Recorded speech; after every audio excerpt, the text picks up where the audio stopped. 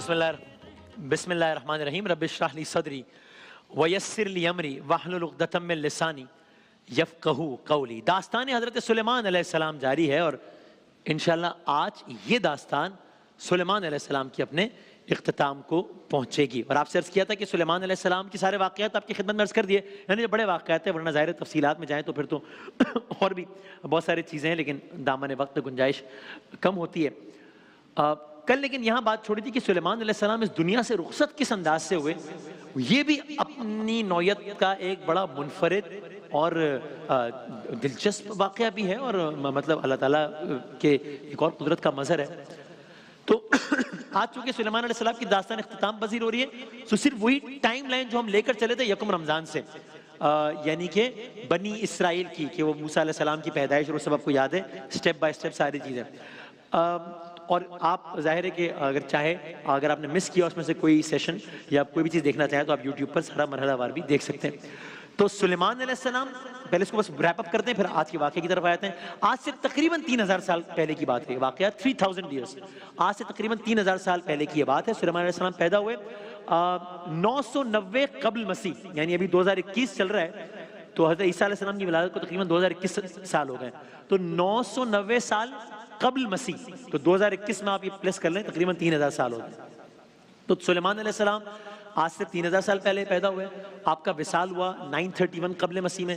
آپ بھی وہ بادشاہ ہیں جن کی سلطنت مشرق و مغرب میں پھیلی ہوئی تھی، اور اسی سلطنت میں آپ نے ہیکل سلیمانی، یہ آپ کو ہم نے سارا عرض کیا تھا آپ کی خدمت میں کہ بیت المقدس، حضرت داؤد، حضرت سلیمان کا اس میں کیا کنٹریبیوشن، اور بیت المقدس کی تعمیر ہوئی سلیمان علیہ السلام نے کی۔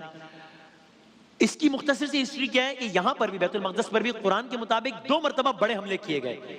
پہلا حملہ اس میں کیا بخت نصر نے، اور لاکھوں کی تعداد میں، نہ صرف اس نے حملہ کیا بخت نصر نے، بلکہ لاکھوں کی تعداد میں وہ یہودیوں کو بابل لے گیا۔ پھر کیا ہوا، حضرت عزیر علیہ السلام کے دور میں وہ واپس آئے بیت المقدس، یہ صرف ایک یاد دہانی کے لیے۔ پھر کیا ہوا، عزیر علیہ السلام نے دوبارہ بیت المقدس کو تعمیر کیا۔ پھر حضرت سلیمان علیہ السلام کا دور آ گیا، اور ان کے دور میں پھر 70 قبل مسیح، لیکن 70 قبل مسیح میں رومیوں نے دوبارہ، یعنی ہم نے عرض کیا نا کہ 2 حملے ہوئے تھے، تو پہلا حملہ بخت نصر نے کیا، دوسرا حملہ رومیوں نے کیا تھا، اور انہوں نے پھر اس کو تاراج کر دیا، تباہ کر دیا۔ جس کے بعد سے لے کے آج تک، انٹرسٹنگلی تب سے لے کے آج تک، یہ 70 قبل مسیح کا واقعہ، یعنی تقریباً آج سے 2100 سال ہو گئے، 2100 سال ہو گئے تقریباً، تب سے لے کے آج تک بیت المقدس دوبارہ یعنی اس انداز سے تعمیر نہیں کیا جا سکا۔ صرف اس کی ایک دیوار اس انداز سے باقی ہے جسے دیوار گریہ کہتے ہیں، جس کے آپ نے مناظر دیکھے ہوں گے I'm sure۔ اب آتے ہیں آج کے واقعے کی طرف۔ تو سلیمان علیہ السلام نے جب ان کا قضاء کا وقت قریب تھا، جب اس دنیا سے رخصت کا وقت قریب تھا، آپ نے اپنے محل میں ایک شیشے کا کمرہ بنوایا۔ محل کی کیا شان تھی وہ سب آپ کے ذہن میں پچھلے دنوں بیان کر چکے ہیں، جیسا دنیا میں کسی کے پاس نہیں۔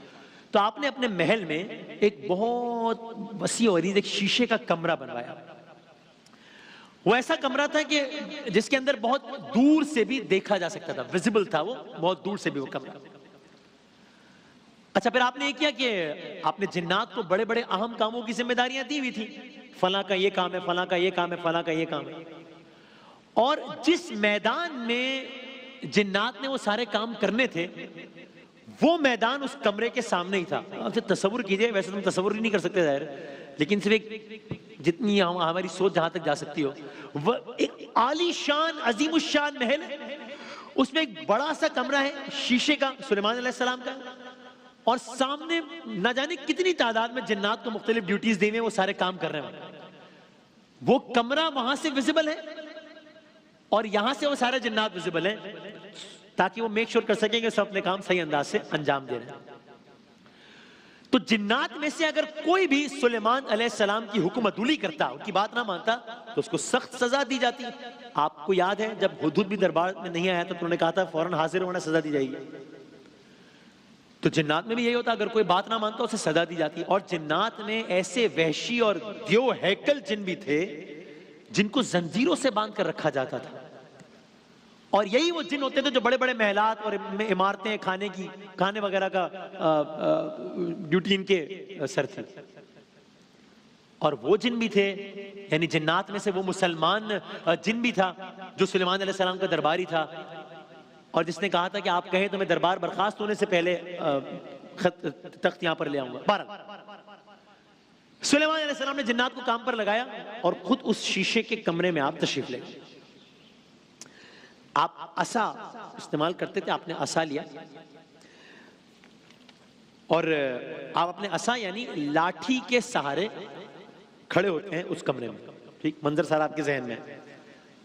تو سلیمان علیہ السلام وسیع اور اس کمرے میں لاٹھی کے سہارے اس طرح کھڑے ہیں، جس طرح اگر میں اسے سمجھانے کے لیے کہوں تو اگر کوئی انسپیکشن ہو رہا ہوتا ہے کسی کام کا تو جس انداز سے کھڑا ہو جاتا ہے تاکہ سارا کچھ واضح نظر آئے کہ سب اپنا کام صحیح طریقے سے کر رہے ہیں، تو سلیمان علیہ السلام اسی انداز میں عصا کے سہارے کھڑے ہو گئے، گویا وہ تمام کاموں کی نگرانی کر رہے ہیں۔ ان کی نگرانی میں کیا مجال ہے کہ کوئی جن ذرہ برابر بھی سرتابی کر سکے، ڈس اوبے کر سکے۔